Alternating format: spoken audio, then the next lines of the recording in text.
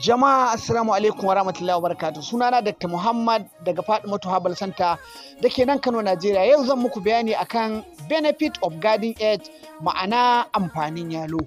Yan uwa, yalo yana da matukar amfani kamar yadda manyan masana researchers suka ce a cikin wani littafin su da ake cewa Lost Crop of Africa Volume 2 Vegetables kenan fa na National Research Council. Suke cewa yalo yana da amfani matuƙa a jikin mutum ta ɓangarori kamar haka. Yalo yana magance ciwon zuciya na ɗan adam namiji ko mace, ko kuma ka ce ciwon kansa na jikin ɗan adam namiji ko mace, saboda yana da high variety of antioxidant, ma'ana high variety of antioxidant. Sannan abu na gaba, yana da matuƙar fa'ida ta ɓangaren wasu abubuwa da suka shafi nutrient na jikin mutum. Sannan uwa uba yana reducing risk na heart disease. Zan muku bayani daki-daki, ku biyo mu. Eggplant, wanda suke ce masa aubagine ko kuma ka ce garden eggs, duk sunansa ne, yana da matuƙar fa'ida ta ƙarawa na ɗan adam nutrient element. Shi nutrient element ɗin nan a jikin ɗan adam a wajen likitoci na duniya shine wani sinadari ne da yake ƙarawa ko kuma taimakawa sassan jiki wajen yin aikinsu lafiya cikin lafiya baka lafiya. A ƙarƙashin wannan, a cikin yalo akwai abin da muke cewa wani sinadari da muke ce masa fiber, akwai wani sinadari da muke ce masa mineral. Mineral wasu sinadarai ne da ɗan adam yake buƙatarsa a cikin jikinsu wajen aikinsu jikin kenan na yau da kullum. Shi kuwa fiber da shi a cikin yalo amfaninsa yana taimakawa wajen aiki na gina jiki da ƙasusuwa, domin shi ana samun su ne a cikin carbohydrate. Sannan yana taimakawa wajen hanta wajen aikinta, ma'ana ina nufin shi fiber kenan fa. Sannan uwa wajen kidney da kuma pancreas, ma'ana daidaita insulin. Kaga masu ciwon siga su ma sun fa'idantu kenan a nan. A cikin yalo akwai wani sinadari da ake ce masa polic acid, wanda mun sani wani abu ne da yake taimakawa wajen samar da jini a jikin ɗan adam. Kaga kenan masu kila ma za su iya wata amfani da yalo. A ciki akwai sinadarin potassium, wanda yake taimakawa wajen nervous system, ma'ana hanyar kai sako kenan na jikin ɗan adam, na networking kenan fa. A cikin yalo akwai vitamin C, wajen ƙara kuzari ga namiji ko mace. A cikin yalo akwai sinadarin niacin, wanda daidai aikinsu ɗaya yake da vitamin B3 kenan fa. Akwai sinadarin magnesium a cikin garden egg, ma'ana yalo. Magnesium ɗin nan wani sinadari ne da yake taimaka jikin ɗan adam wajen samar da enzymes, waɗanda su kuma suke haifar da ko ƙara immune system na jikin ɗan adam. Akwai copper element. Copper element amfaninsa shine ke haifar da jan jini, isa jini yayi ja a jikin ɗan adam kamar yadda Allah ya siffanta. Lalle Abu Hamid al-Ghazali yayi gaskiya da yake cewa kullu ushibatin fil ardi nabitatin fiha sirrun min asrarillahi sabitatun. Babu wani tsiro a ban kasa face akwai hikimar Allah da ke tattare da wannan tsiro.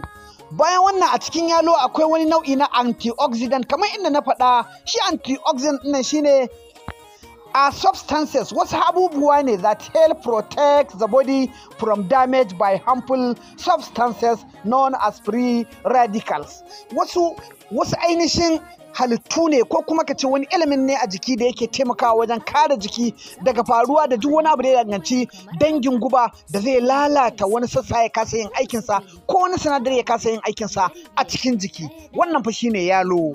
A cikin wannan babban littafi da nake bayani a kansa mai suna Lost Crop of Africa Volume 2, ma'ana wasu nau'ikan tsirrai da aka rasa a ƙasar Afirka, Volume 2 nake gaya muku, suke cewa yana reducing ɗin shi yalo kenan the risk of heart disease. Kaji fa mala, ma'ana yana kare zuciya kar ta kamu da ciwon zuciya kenan, Allah ka tsare mu, wanda cholesterol ne yake iya haifar mata da wannan, saboda kitsan nan na cikin jini fa kenan fa.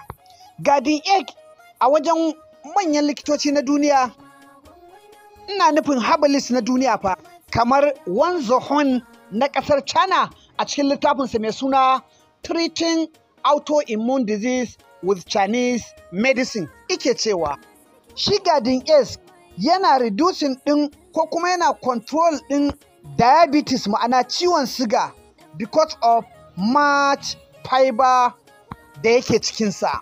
Shi much fiber da yake cikin yalo yana going ne through the digestive system na ɗan adam, wanda wannan yakan hana shi kamuwa da ciwon siga. Sannan suka ce yana haifar da ragewa mutum kiba na masu neman slimin musamman mata. Cin yalo yana sa mace ta zama slimin, ta yi kaurinta ya ragu kenan fa. Shine suke cewa because of the high fiber element da yake cikin ainihin yalo kenan, da kuma low in calories.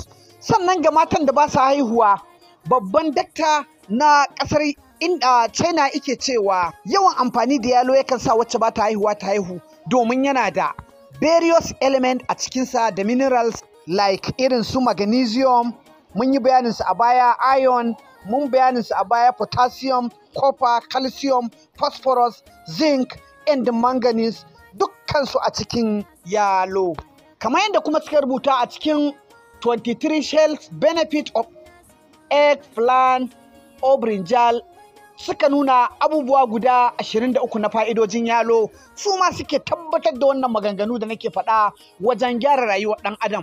Kaga a cikin wani littafi suka ce is good for heart, control cholesterol level, regulate blood pressure, preventing diabetes, preventing anemia, menstrual health, ma'ana matsala ta jini kenan, acne and other skin issues, matsaloli na fata, birth defect prevention, raunuka da zaka iya ji ya warke da wuri, cognitive function, duk gashi nan, matsalar bugawar zuciya shine na faɗa, good heart disease ko kuma control of heart disease. Allah ka sauwaƙe.